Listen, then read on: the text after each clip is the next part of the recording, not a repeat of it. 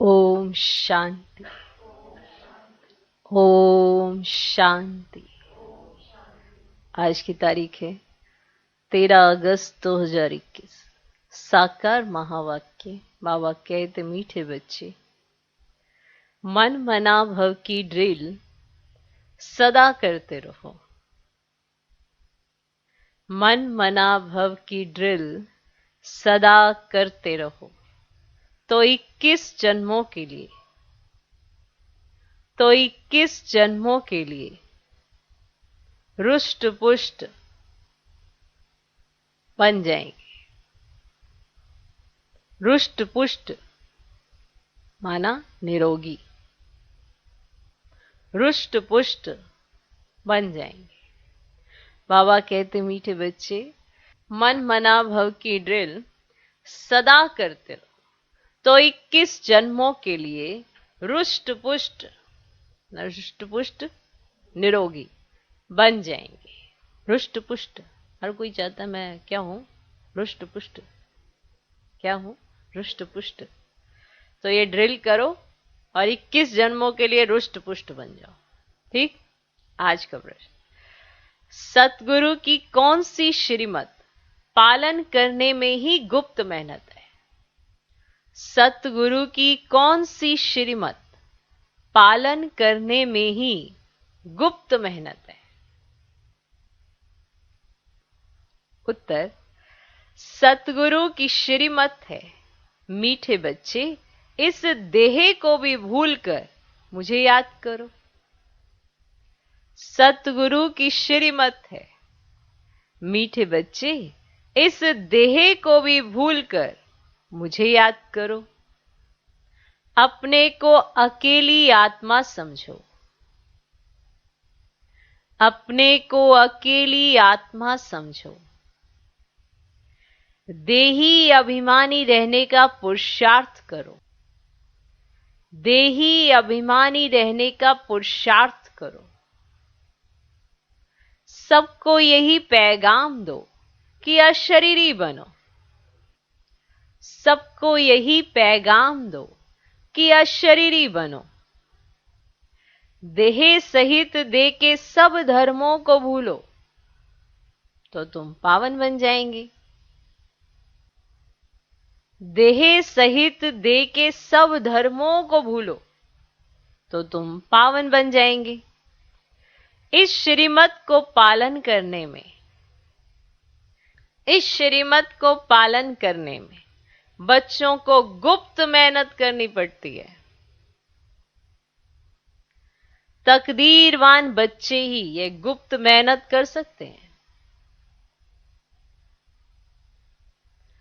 तकदीरवान बच्चे ही ये गुप्त मेहनत कर सकते हैं। सतगुरु की कौन सी श्रीमत पालन करने में ही गुप्त मेहनत है? उत्तर, सतगुरु की श्रीमत है, मीठे बच्चे इस देह को भी भूलकर मुझे याद करो। अपने को अकेली आत्मा समझो। देही अभिमानी रहने का पुरुषार्थ करो। सबको यही पैगाम दो कि अशरीरी बनो। देह सहित देह के सब धर्मों को भूलो तो तुम पावन बन जाएंगे। इस श्रीमत को पालन करने में बच्चों को गुप्त मेहनत करनी पड़ती है। तकदीरवान बच्चे ही एक गुप्त मेहनत कर सकते हैं। ठीक। ओम शांति। बच्चे बैठे हैं अपने भाई और बहनों को ड्रिल सिखलाने। ये कौन सी ड्रिल है? इसमें बच्चों को कुछ कहना नहीं होता है। वे जो जिस्मानी ड्रिल आदि करते हैं उसमें तो कहना पड़ता है। ये तो सुप्रीम टीचर है, जो गीता का भगवान भी है, जो बच्चों को बैठ योग की ड्रिल भी सिखलाते हैं। ये ड्रिल भी गुप्त है। ड्रिल सिखाई इसीलिए जाती है कि स्टूडेंट रुष्ट पुष्ट हेल्दी हो। माना रुष्ट पुष्ट का मतलब है हेल्दी। माना ड्रिल इसलिए सिखलाई जाती है कि स्टूडेंट रुष्ट पुष्ट हो। तुम बच्चे जानते हो कि इस मन मना भव की ड्रिल से 21 जन्मों के लिए बहुत रुष्ट पुष्ट रहेंगे, कभी बीमार नहीं पड़ेंगे। तो ये कितनी अच्छी रूहानी ड्रिल है। बाप समझाते हैं मन मना भव, इसमें कहने की भी दरकार नहीं, सिर्फ समझाया जाता है कि अपने को आत्मा समझो। देही अभिमानी भव, भव का अर्थ ही है कि तुम बाप को याद करो तो एवर हेल्दी बन जाएंगे। कल्प पहले भी हम इस रूहानी ड्रिल से एवर हेल्दी बने थे। रूहानी ड्रिल, रूहानी बाप, परम पिता परमात्मा शिव ही सिखलाते हैं। भगवान तो उनको ही कहा जाता है जिनकी पूजा भी होती है। शिवाय नमः भी कहते हैं ना, ब्रह्मा देवताए नमः, शिव परमात्माए नमः कहेंगे।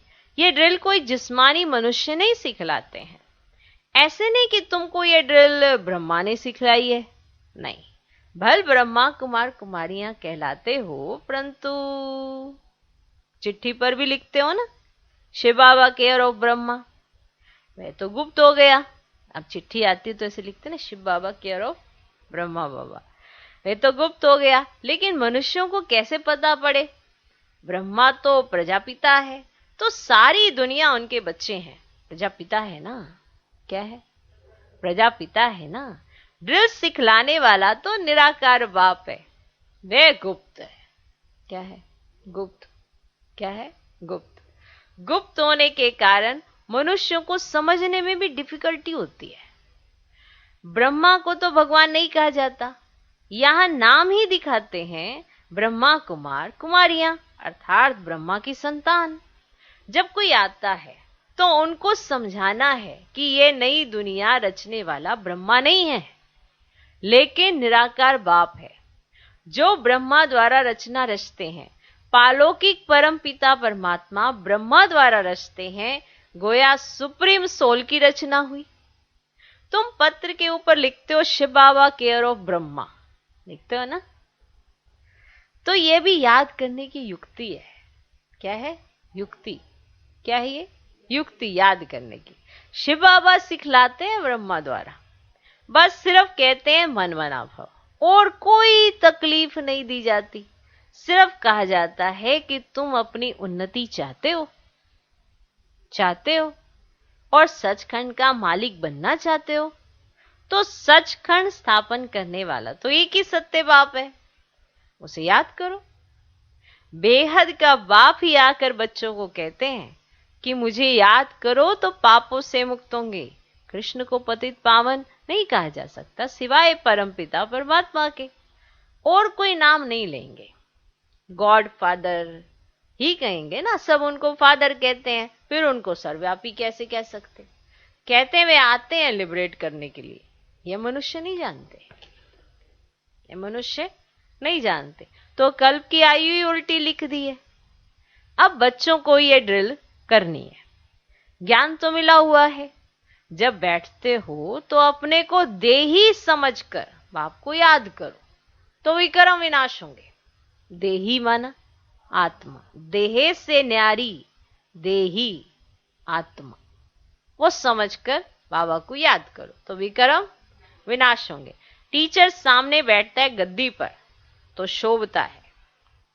कायदा है कि ड्रिल कराने के लिए टीचर जरूर चाहिए, कोई बड़ा टीचर तो कोई छोटा टीचर होता है। अब तुम्हारा इम्तिहान लेने की तो कोई दरकार नहीं, ठीक? टीचर है, स्टूडेंट है, पर अब तुम्हारा इम्तिहान लेने की तो कोई दरकार नहीं, क्योंकि तुम खुद जानते हो कि हम कितना समय मोस्ट बिलवर्ड बाप को याद करते हैं, है ना। इम्तिहान लेके पता करने की तो जरूरत नहीं है ना, पता तो आपको ही है ना कि आप कितना समय मोस्ट बिलवर्ड बाप को याद करते हैं। ब्रह्मा कोई मोस्ट बिलवर्ड नहीं है, बिलवर्ड मोस्ट वह है जो सदा पावन है। तुम बच्चे जानते हो कि सबसे प्यारा कौन है?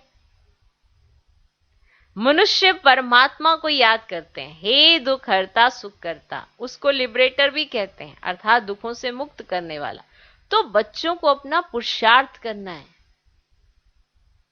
ड्रामा प्लान अनुसार ये दुनिया पावन होनी जरूर है, और पावन दुनिया बनने के लिए आग लगनी है। ये भी जानते हो आग कैसे लगेगी? विनाश होने बिगर दुनिया पावन बन नहीं सकेगी। अब यह है रुद्र ज्ञान यज्ञ। रुद्र और शिव कोई फर्क नहीं है, परंतु शिव नाम है मुख्य। ठीक, बाकी तो अपनी अपनी भाषा में अनेक नाम रख दिए। असल नाम है शिव। शिव जयंती भी मनाते हैं। भारत में ही शिव जयंती मशहूर है।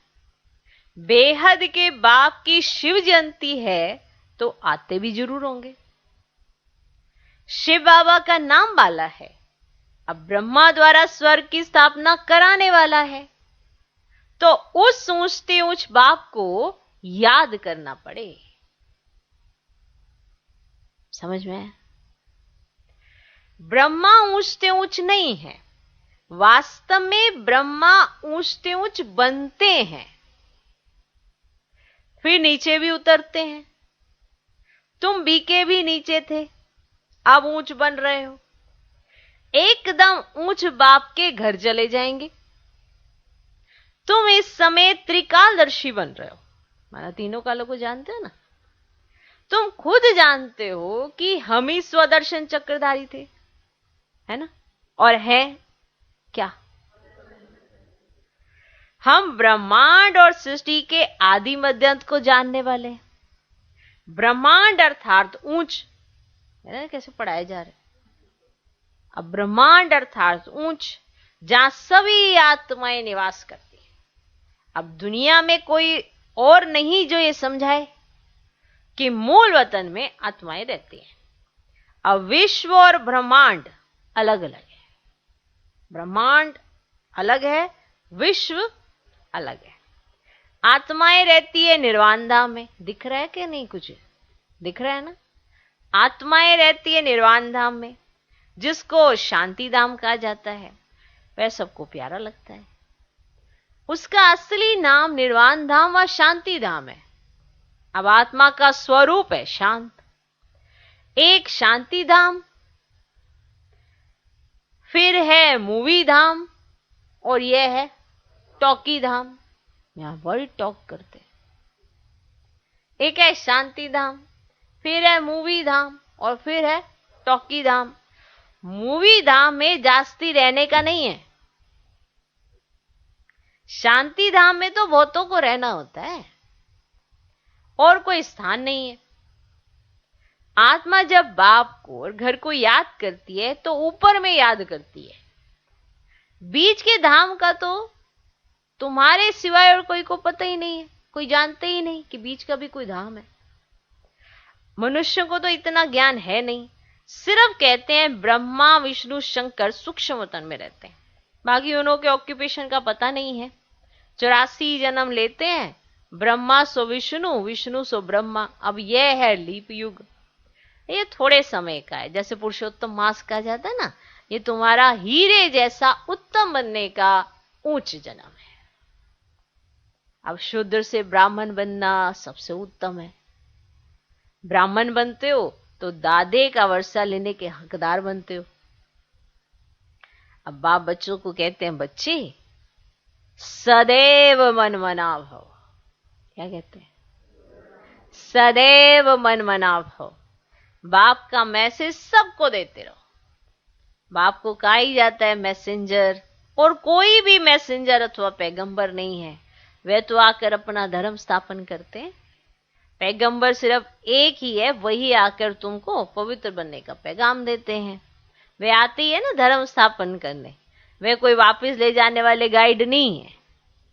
अब वह तो एक ही सतगुरु सदगति देने वाला है, सच बोलने वाला, सच्चा रास्ता बताने वाला। तो एक ही परम पिता परमात्मा शिव है। तो बहुत गुप्त मेहनत करनी है बच्चों को। अभी तुम जानते हो कि हमको ये देह भूल कर एक बाप को याद करना है।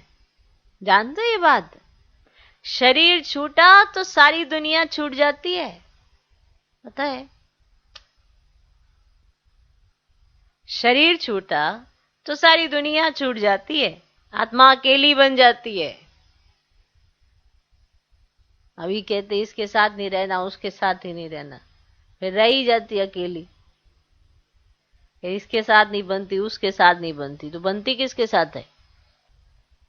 इससे नहीं बनती, उससे नहीं बनती, उनसे नहीं बनती, इनसे बनती, बाद में सिर्फ अपने से ही बनती है।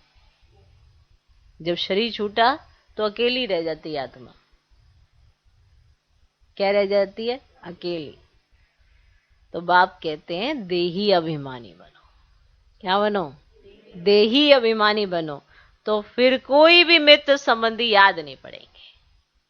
देखो, आत्मा समझोगे तो परमात्मा बाप की याद आएगी, नेचुरल।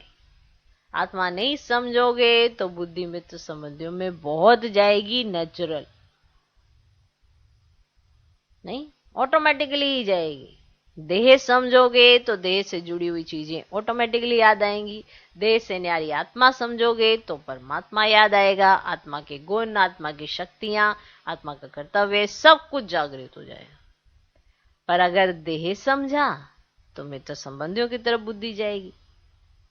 अगर देही समझोगे, देही अभिमानी बनोगे, तो फिर कोई भी मित्र संबंधी याद नहीं पड़ेंगे। हम आत्मा है, हम चले जाएंगे बाप के पास। बाप राय देते हैं कि तुम मेरे पास कैसे आ सकते हो। ये बाबा भी नामी ग्रामी है। इन द्वारा बाप सभी आत्माओं का गाइड बन मच्छरों सदृश्य वापस ले जाते हैं।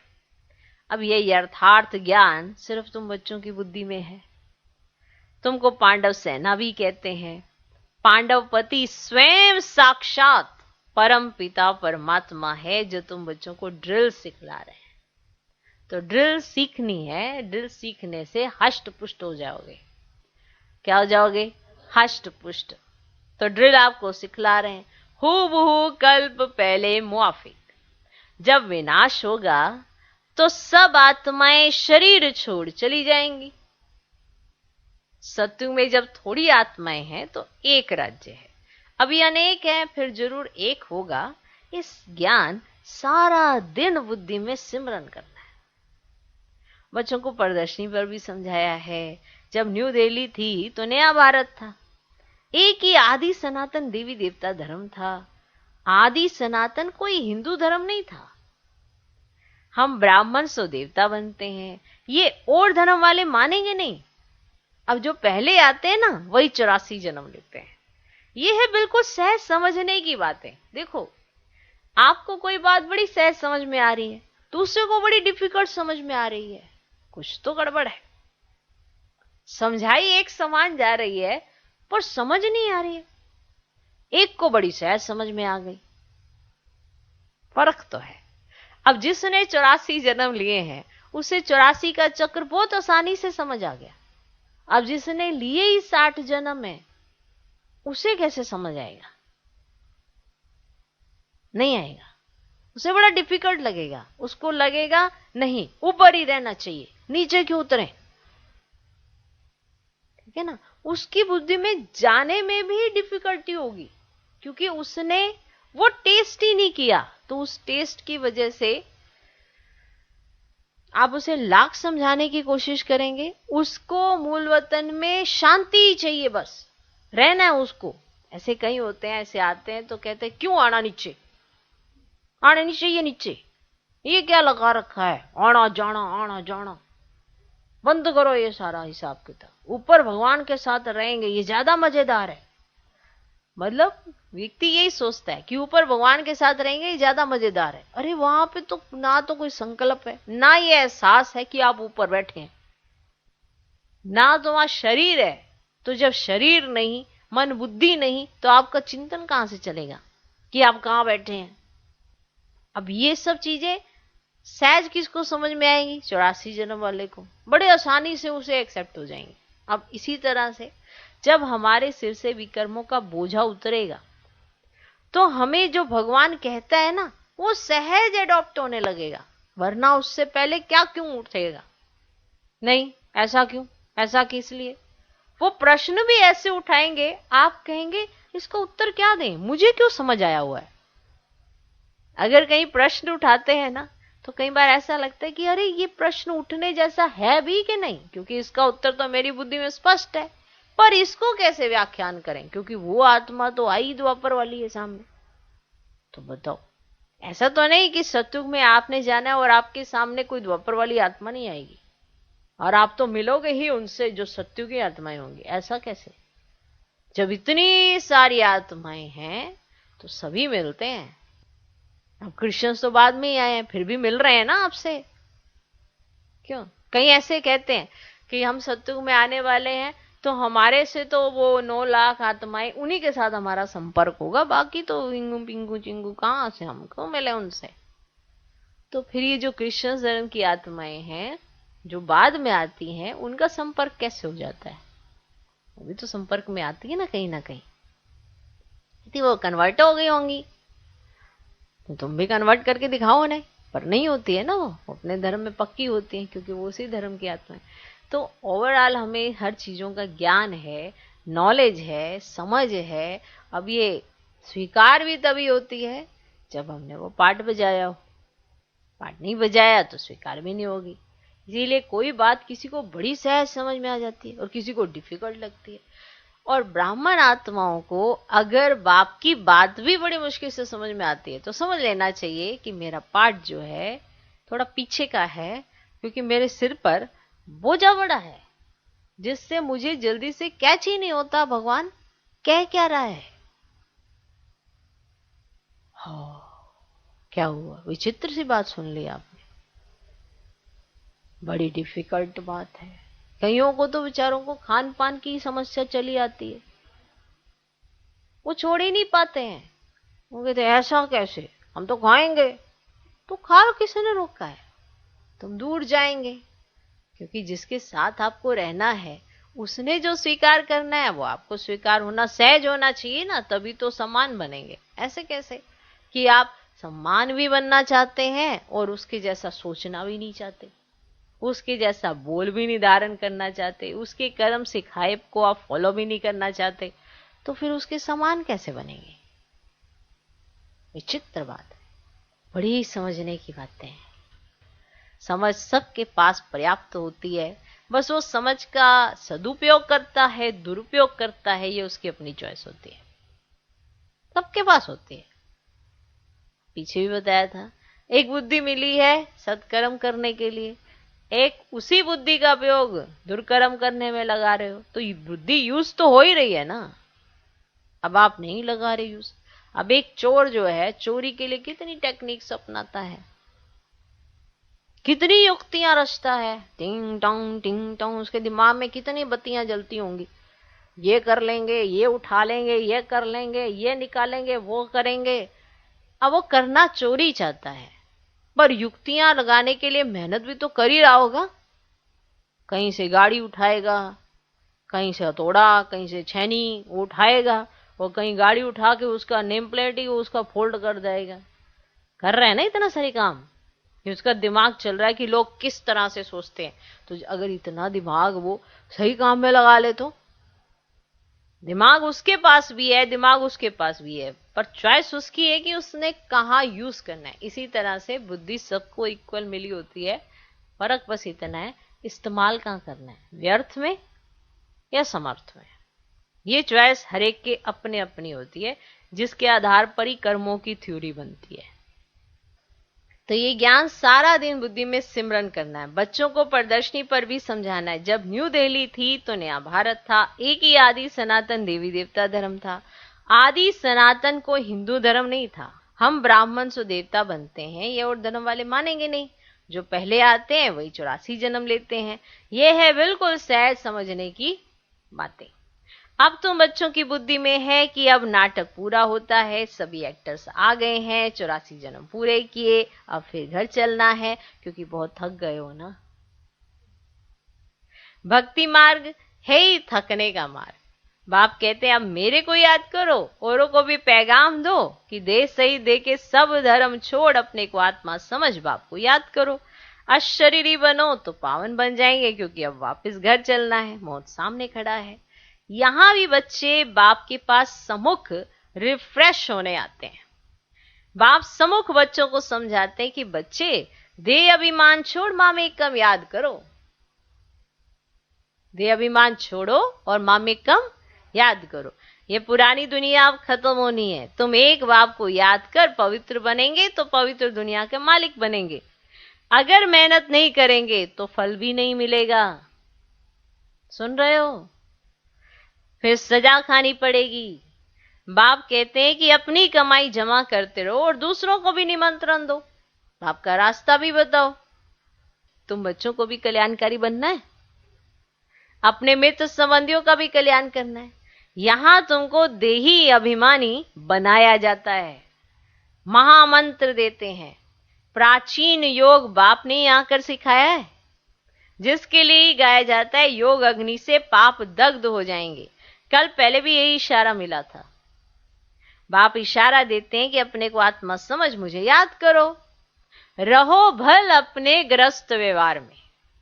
गाया हुआ है कि शरण पड़ी मैं तेरे। अब ये भी होता है जब कोई दुखी होते हैं तो ऊंच ताकत वाले की जाए शरण लेते हैं। यहां तो प्रैक्टिकल में है, जब बहुत दुख देखते हैं, सहन नहीं कर सकते हैं, लाचार होते हैं, तो फिर भाग कर आए बाप की शरण लेते हैं। सदगति तो सिवाय बाप के कोई दे ना सके। बच्चे जानते हैं कि पुरानी दुनिया विनाश होनी है, तैयारी हो रही है। इस तरफ तुम्हारे स्थापना की तैयारी, उस तरफ विनाश की तैयारी है। स्थापना हो गई तो विनाश भी जरूर होना है। तुम जानते हो कि बाबा आया है स्थापना करने, जानते हो बाबा स्थापना कराने आए। इन द्वारा वर्षा भी जरूर मिलेगा। बाकी प्रेरणा से थोड़ी काम चलता है। टीचर को कहेंगे क्या कि हम आपकी प्रेरणा से पढ़ लेंगे। प्रेरणा से अगर सब कुछ होता तो शिव जयंती क्यों मनाई जाती। प्रेरणा से करने वाले की तो शिव जयंती मनाने की दरकार नहीं। जयंती तो सभी आत्माओं की होती है ना जयंती। आत्माएं सब जीव में आती हैं। आत्मा और शरीर जब मिलते हैं तो पाठ बजाते हैं। आत्मा का तो स्वधर्म है शांत, उसमें ही नॉलेज धारण होती है। आत्मा ही अच्छा बुरा संस्कार ले जाती है। बाप तो स्वर्ग का रचयिता है, वहां तो पवित्रता ही है, अपवित्रता का नामो निशान ही नहीं है। यह है विषय सागर। कितना क्लियर समझाया जाता है, तो भी किसकी बुद्धि में नहीं आता। परंतु तुम किसको भी दोष नहीं देते हो। ड्रामा के बंधन में सब बांधे हुए हैं। तुम समझते हो सीढ़ी से ऊपर से नीचे उतर आए। अब ड्रामा अनुसार हमको उतरना ही है, फिर बाप कहते अब चढ़ने के लिए पुरुषार्थ करना है। परंतु जिनकी तकदीर में नहीं है वे ऐसे कहते हैं। जो ऐसे कहते हैं उनसे समझ जाते हैं कि इनकी तकदीर में नहीं है। वो ऐसे कहते हैं जब उतरना ही था तो चढ़ना क्यों, अब चढ़ना क्यों जब उतरना ही है। तो कहीं ऐसे कहते हैं हमें नहीं चढ़ना, हमें नहीं उतरना, हमें उतरना नहीं, हमें चढ़ना नहीं। तो माने जिसकी तकदीर में नहीं है ना, वो ऐसे कहते हैं। 2-4 वर्ष चलते चलते फिर गिर पड़ते हैं। महसूस भी करते हैं कि हमने बड़ी भूल की है, बड़ी चोट खाई। यह भी आधा कल्प की बीमारी है, कम नहीं है। आधा कल्प के रोगी हैं। भोगी बनने से रोगी बन जाते हैं। तो बाप आकर पुरुषार्थ करवाते हैं। सुन रहे हो। अब कृष्ण को योगेश्वर कहते हैं। इस समय तुम सच्चे सच्चे योगी हो। योगेश्वर तुमको योग सिखलाते हैं। तुम ज्ञान ज्ञानेश्वर भी हो, फिर बनेंगे राज राजेश्वर। ज्ञान से तुम धनवान बनते हो, योग से निरोगी एवर हेल्दी बनते हो। आधा कल्प के लिए तुम्हारे सब दुख दूर हो जाते हैं। तो इसके लिए कितना पुरुषार्थ करना चाहिए। अच्छा, मीठे मीठे सिकिलधे बच्चों प्रति माता पिता बाप दादा का याद प्यार और गुड मॉर्निंग। रूहानी बाप की रूहानी बच्चों को नमस्ते। हम रूहानी बच्चों की भी रूहानी बाप को नमस्ते नमस्ते नमस्ते। Good morning good morning good morning. धारणा के लिए मुख्य सार पहला पॉइंट, पावन बनने के लिए अशरीरी बनने का अभ्यास करना है। पावन बनने के लिए अशरीरी बनने का अभ्यास करना है। सबको पैगाम देना है कि एक बाप को याद करो। सबको पैगाम देना है कि एक बाप को याद करो। देह सहित सब कुछ भूल जाओ। पावन बनने के लिए अशरीरी बनने का अभ्यास करना है। सबको पैगाम देना है कि एक बाप को याद करो। देह सहित सब कुछ भूल जाओ। दूसरा पॉइंट, योगेश्वर बाप से योग सीखकर सच्चा सच्चा योगी बनना है। योगेश्वर बाप से योग सीखकर सच्चा सच्चा योगी बनना है। ज्ञान से धनवान और योग से निरोगी एवर हेल्दी बनना है। ज्ञान से धनवान और योग से निरोगी एवर हेल्दी बनना है। आज का वरदान, कल्याण की वृत्ति और शुभ चिंतक भाव द्वारा विश्व कल्याण के निमित्त बनने वाले तीव्र पुरुषार्थी भव। कल्याण की वृत्ति और शुभ चिंतक भाव द्वारा विश्व कल्याण के निमित्त बनने वाले तीव्र पुरुषार्थी भव। तीव्र पुरुषार्थी वह है जो सभी के प्रति कल्याण की वृत्ति और शुभ चिंतक भाव रखे। सभी के प्रति कल्याण की वृत्ति और शुभ चिंतक भाव रखे। भल कोई बार बार गिराने की कोशिश करे, मन को डगमग करे, विघ्न रूप बने, फिर भी आपका उसके प्रति सदा शुभ चिंतक का अडोल भाव हो। बात के कारण भाव न बदले कि ये बात आ गई और बस अब मेरे अंदर से ना उसके लिए बस ऐसे ऐसे निकल रहा है, ये नहीं। बात के कारण भाव न बदले, आपका भाव हमेशा शुभ रहे। मेहनत है भाई। बात के कारण भाव न बदले, हर परिस्थिति में वृत्ति और भाव यथार्थ हो। हर परिस्थिति में वृत्ति और भाव यथार्थ हो तो आपके ऊपर उसका प्रभाव नहीं पड़ेगा। तो आपके ऊपर उसका प्रभाव नहीं पड़ेगा। फिर कोई भी व्यर्थ बातें देखने में ही नहीं आएंगी, टाइम बच जाएगा। फिर कोई भी व्यर्थ बातें देखने में नहीं आएंगी। आप अपना व्यस्त रहें, व्यर्थ तो चलता ही रहता है। आप अपने में व्यस्त होकर अपना भाव शुद्ध रखें, अपनी वृत्ति कल्याण की रखें। फिर कोई भी व्यर्थ बातें देखने में ही नहीं आएंगी, टाइम बच जाएगा। यही है विश्व कल्याणकारी स्टेज। यही है विश्व कल्याणकारी स्टेज। कल्याण की वृत्ति और शुभ चिंतक भाव, तब बने विश्व कल्याणकारी। कोई क्या करता है, आपको गिराने की कोशिश कर रहा है, आपको डगमग कर रहा है, आपके मन में कुछ भी ऐसा पैदा कर रहा है, विघ्न बना रहा है, कुछ भी हो, आपकी वृत्ति शुद्ध होनी चाहिए। मेहनत है, मेहनत है। पर अगर भाव शुद्ध है और आपके अंदर यही भाव है कि मुझे सबका ही कल्याण करना है, चाहे कोई मेरा अकल्याण करने के निमित्त क्यों ना बना हो, मुझे किसी के लिए भी गलत सोचना ही नहीं है। क्योंकि अगर गलत सोचा तो बाबा की लिस्ट में से तो मेरा नाम उठ जाएगा। बाबा को तो उम्मीद मुझसे है कि मेरी बच्ची बनकर दिखाएगी, दूसरों के आगे एग्जाम्पल बनेगी, है ना। कहीं ये सोचते हैं ऐसा कब तक चलता है, दूसरे आपके लिए बुरा सोचते रहे, हम ना बुरा कहें उनके बारे में। ये तो आम दुनिया में सारी करते हैं भाई, क्या बड़ी विशेष बात है। कोई आपके बारे में कुछ भी कहे, आपके भाव बदलने नहीं होने चाहिए। आपका उसके लिए कल्याण की भावना ही रहनी चाहिए, चाहे कैसी भी हो आत्मा। पर ऐसा बनने के लिए मेहनत तो लगती है। महान बनना हर कोई चाहता है, पर महान कर्म नहीं करना चाहता, महान सोच नहीं चलाना चाहता, महान बोल नहीं बोलना चाहता, और बनना चाहता है महान।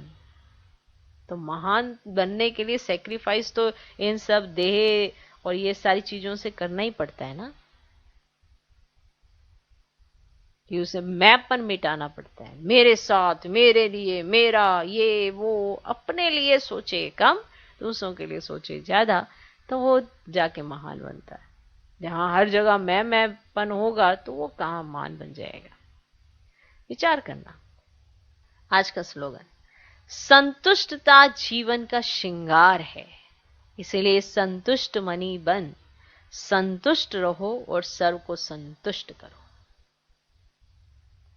संतुष्टता जीवन का श्रृंगार है, इसलिए संतुष्ट मनी बन, संतुष्ट रहो और सर्व को संतुष्ट करो। ओम शांति।